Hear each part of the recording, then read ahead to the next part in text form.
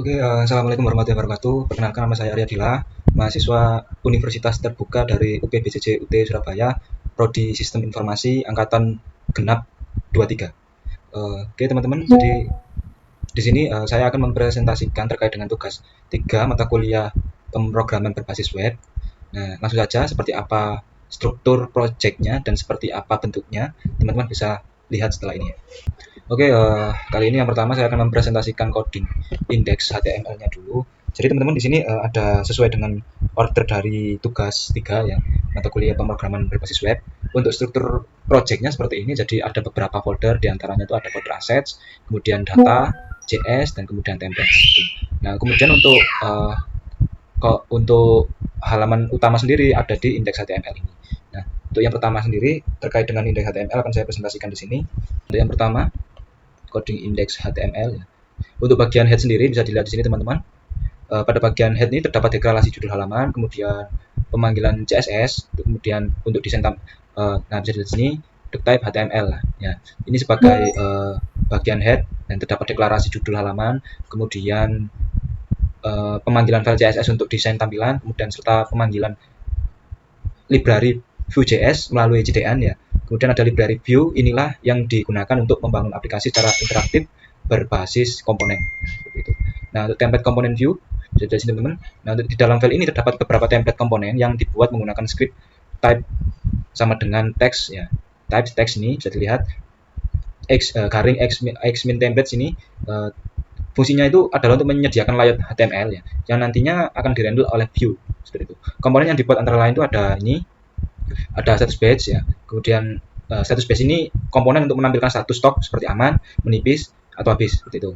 Lalu untuk modal yang digunakan sebagai dialog konfirmasi ketika pengguna menghapus data, kemudian stock table, ini untuk komponen utama untuk mengelola stok bahan ajar, lengkap dengan filter sorting, tabel data, serta form untuk menambah dan mengubah data. Seperti itu. Kemudian untuk tracking DO atau tracking delivery order,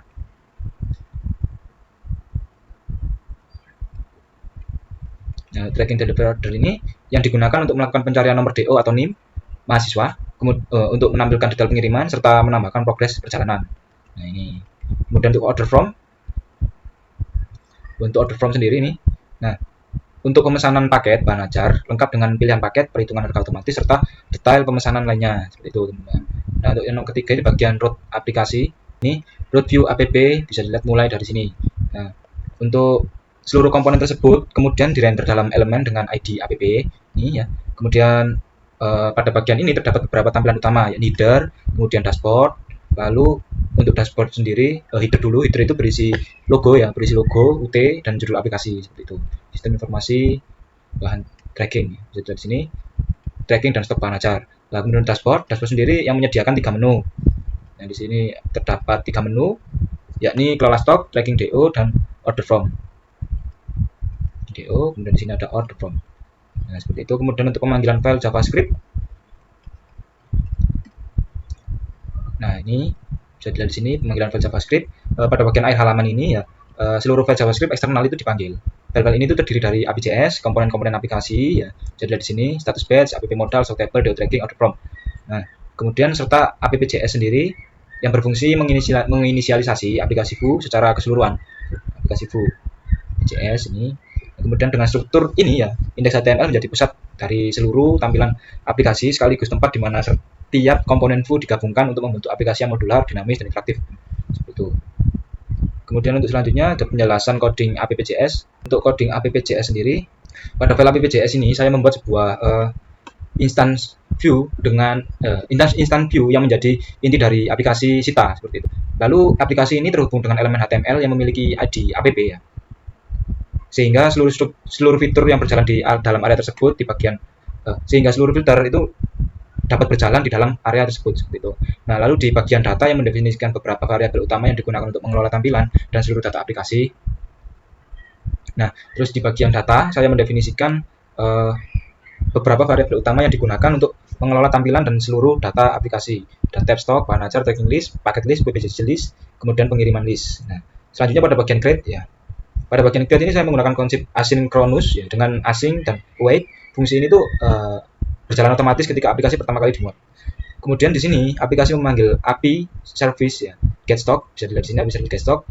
Nah, itu untuk mengambil seluruh data yang dibutuhkan seperti stok bahan acar, data tracking DO, daftar paket, daftar UPBJJ, dan serta metode pengiriman. Seperti itu. Setelah data berhasil dimuat, saya memasukkan masing-masing bagian data tersebut ke variabel foo, sehingga dapat digunakan oleh seluruh komponen seperti halaman stok, tracking DO, kemudian from pemesanan ya.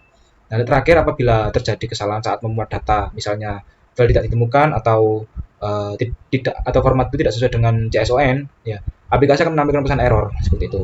Jadi, gagal load JSON. Dengan cara ini proses debugging itu jadi lebih mudah. Kita langsung ke coding komponennya ya. Yang pertama kita ke stock table dulu, .js. Nah, untuk komponen BA stock table ini ya adalah komponen yang bertanggung jawab untuk mengelola data stok bahan acar dalam aplikasi. Komponen ini tuh menggunakan template dengan ID ya. Template-nya dengan TPL stock ini yang ada di index HTML seperti itu. Kemudian komponen ini menerima sebuah properti bernama items yaitu daftar stok bahan acar ya, yang dikirim dari aplikasi utama. Nah, dari data bahan acar itu data ini. Nah, pada bagian data terdapat beberapa variabel seperti sort key, kemudian edit index dan filter seperti itu teman-teman.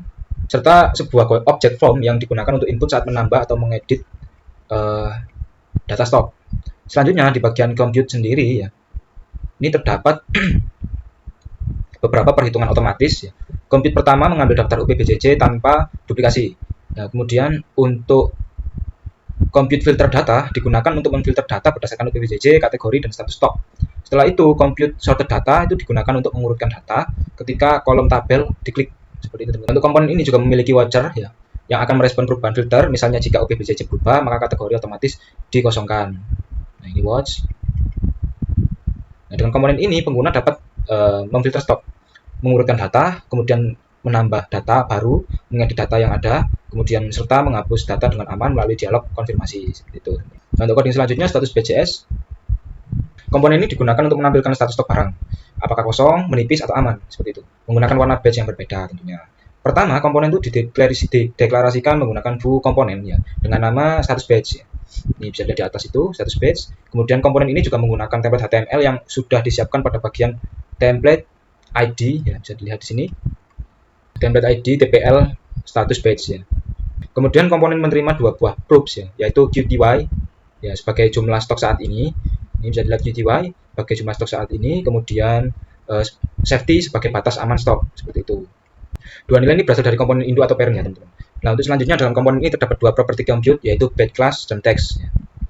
Untuk batch class sendiri fungsinya untuk menghitung kelas warna batch berdasarkan kondisi stok. Ya, di batch class. Kemudian jika stok sama dengan 0 maka batch akan berwarna merah.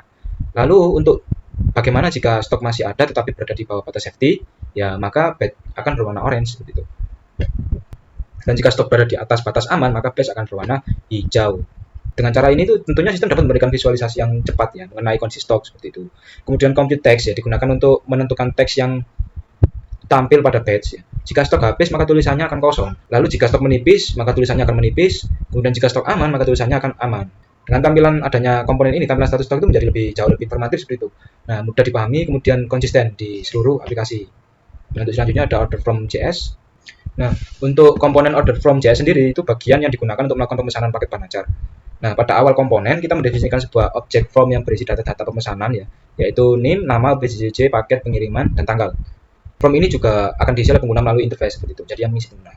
Kemudian untuk komponen ini juga memiliki beberapa compute property yang digunakan untuk mengambil daftar paket, daftar UPBJJ, dan daftar metode pengiriman dari root instance atau APPJS. Nah, dengan menggunakan compute, data itu akan selalu terupdate secara otomatis. Selain itu, compute selected packet itu digunakan untuk mendapatkan detail paket yang sedang dipilih dan total harga menghitung total harga itu menghitung harga total berdasarkan paket tersebut. Nah, ini bisa dilihat di sini. Kemudian bagian yang paling penting adalah method generate nomor DO dan buat pesanan. Bisa dilihat di sini. Nah, untuk method generate nomor DO digunakan untuk membuat nomor DO itu secara otomatis. Nomor DO disimpan di local storage sehingga setiap kali ada pesanan baru nomornya akan bertambah satu secara berurutan seperti itu, teman-teman. Nah, untuk kemudian pada metode buat pesanan yang ada di bawah ini, pertama-tama dilakukan validasi dulu apakah semua data sudah diisi. Jika sudah lengkap, maka sistem akan membuat nomor DO baru seperti itu. Menyusun struktur data tracking sesuai format yang digunakan pada komponen tracking, kemudian memasukkannya ke dalam tracking list di root ya, di rootnya ini, dan menyimpan ke local storage supaya tidak hilang saat halaman di refresh seperti itu, teman-teman. Nah, dengan demikian komponen order from itu berfungsi sebagai pusat proses pemesanan ya, mulai dari input data, penghitungan harga, kemudian pembuatan nomor DO otomatis ya, sehingga hingga penyimpanan data ke sistem seperti itu. Untuk selanjutnya kita ke DO tracking. DO tracking sendiri, DO tracking ini adalah fitur yang digunakan untuk melakukan pelacakan status pengiriman ya berdasarkan nomor DO atau NIM. Nah, pada komponen ini itu terdapat sebuah input bernama keyword yang digunakan fungsinya itu untuk pengguna untuk mengetik nomor DO atau NIM. Selain itu, disediakan variabel not found untuk menampilkan pesan ya. Apabila variabel DO data untuk menyimpan data pesan yang berhasil ditemukan. Terdapat juga new keterangan ya, yang digunakan apabila admin ingin menambahkan update perjalanan. Bisa dilihat sini teman-teman. Nah, untuk komponen ini ya, metode utamanya adalah search JO. Nah, ketika tombol pencarian ditekan ya, sistem akan terlebih dahulu memeriksa apakah keyword sudah diisi. Nah, apabila kosong ya, jika kosong itu pengguna akan diminta untuk memasukkan nomor DO atau NIM. Setelah valid, sistem mengambil seluruh data pelacakan dari root instance ya. Root instance kemudian mencari apakah ada data yang cocok berdasarkan nomor DO atau berdasarkan NIM seperti itu. Jika tidak ditemukan, maka variabel not found itu akan bernilai true dan template akan menampilkan pesan bahwa data tidak tersedia seperti itu. Nah, jika ditemukan ya, data tersebut itu disalin menggunakan JSON clone ya, agar perubahan tidak langsung mengalir data asli sebelum disimpan seperti itu. Nah, untuk berikutnya metode ADD perjalanan digunakan untuk menambahkan riwayat perjalanan baru. Pertama ya, sistem memeriksa itu apakah keterangan sudah diisi. Jika sudah, sistem itu akan membuat timestamp lah, otomatis menggunakan tanggal dan waktu saat ini. Kemudian memasukkan keterangan tersebut itu ke dalam array ya, perjalanan pada DO data. Dengan demikian admin itu dapat memperbarui status pengiriman secara bertahap seperti itu. Lalu melalui komponen ini pengguna dapat mengetahui status pesan itu secara detail seperti itu. Mulai dari identitas mahasiswa, paket yang dipesan, jenis pengiriman, total harga hingga daftar riwayat perjalanan. Dengan demikian itu tadi yang saya sampaikan mengenai DO tracking. Untuk selanjutnya ada app modal. Komponen ini tuh digunakan untuk menampilkan pop-up modal konfirmasi, misalnya saat pengguna ingin menghapus atau menyimpan data seperti itu. Nah, untuk fungsi open sendiri ya digunakan untuk membuka modal. Pada saat modal dibuka, itu nanti kita juga menyimpan callback seperti itu, yang dikirim dari komponen lainnya. Callback ini akan dijalankan jika pengguna menekan tombol OK seperti itu. Nah, untuk fungsi confirm ya, metode confirm ini akan dijalankan saat tombol OK itu ditekan. Gitu. Pada metode ini, callback yang sebelumnya disimpan akan dijalankan dan setelah itu modal itu akan ditutup. Nah, di sini menggunakan teknik singkat ya saya pakai ini this OK callback ya, kemudian di show sama dengan false gitu. Untuk metode cancel sendiri itu digunakan untuk menutup modal ketika pengguna memilih batal gitu. Lalu berbeda dengan confirm, metode ini juga tidak menjalankan callback apapun untuk app modal ini. Seperti itu. Untuk selanjutnya ada bahan ajar JSON. Data bahan ajarnya ini salah satu data dari itu ya dari UT dari tugas ya diberikan ke mahasiswa untuk dijadikan data dasarnya. Nah, untuk selanjutnya ini kita ke app modal, DO tracking, order form, status page, stock table, HTML semua ya. Dan bisa dilihat di sini teman-teman yang ada isinya hanya stock table. Nah, kenapa saya kok tidak mengisi yang lain seperti itu? Nah, tujuannya itu bisa dibaca di sini. Kode komponen ini ya dari status page, order form, DO tracking, app modal itu sudah saya gabung jadi satu inline template ya di dalam file index HTML ini seperti itu menggunakan script type text garing xmin templates itu nih. Nah, file ini tidak digunakan ya agar struktur proyek tetap rapi lah dan tidak mengganggu fungsionalitas aplikasi lain. Karena jujur saya beberapa hari mengerjakan itu merasa bingung gitu loh. Kalau misalkan diisi malah gak karuan dan akhirnya ya saya dapat informasi dari teman-teman saya seperti itu. Nah, katanya nggak usah diisi gitu. Saya coba lah dan akhirnya ya alhamdulillah lancar seperti itu. Kita cek ke dalam websitenya langsung ya. Kita buka open with live server. Nah, kira-kira seperti ini teman-teman tampilannya ya. Mohon maaf apabila ada agak gonjreng lah warnanya karena saya sendiri ya kurang pintar dalam hal desain seperti itu. Jadi di sini ada filter data, kemudian ada sorting, kemudian ada tambah data ini ya teman-teman. Selanjutnya ada tracking DO. Nah, tracking DO sendiri ini untuk mencari nomor DO atau ini untuk mencari data. Mari kita cek lah. Nah, keluar jadi di sini ya sesuai dengan data yang diminta pada data bahan ajar JSON. Nah, Rina Wulandari ya untuk penerimaan loket di Tangsel lah. Di sini tuh bisa tambah progres baru disesuaikan dengan jam saat ini dan hari ini gitu. Nah, untuk order form sendiri, ya teman-teman tinggal ngisi aja gitu. Itu kemudian akan masuk ke penyimpanan atau local storage seperti itu. Nah, mungkin itu saja teman-teman. Saya juga jujur karena waktunya sudah mepet ya. Untuk deadline tugas sendiri insya Allah hari Senin. Karena tanggal 1, jadi mungkin saya nggak mempresentasikan banyak-banyak agar nggak terjadi kebingungan. Intinya saya mau berterima kasih untuk teman-teman semua dan Bapak dosen pengajar mata kuliah pemrograman berbasis web.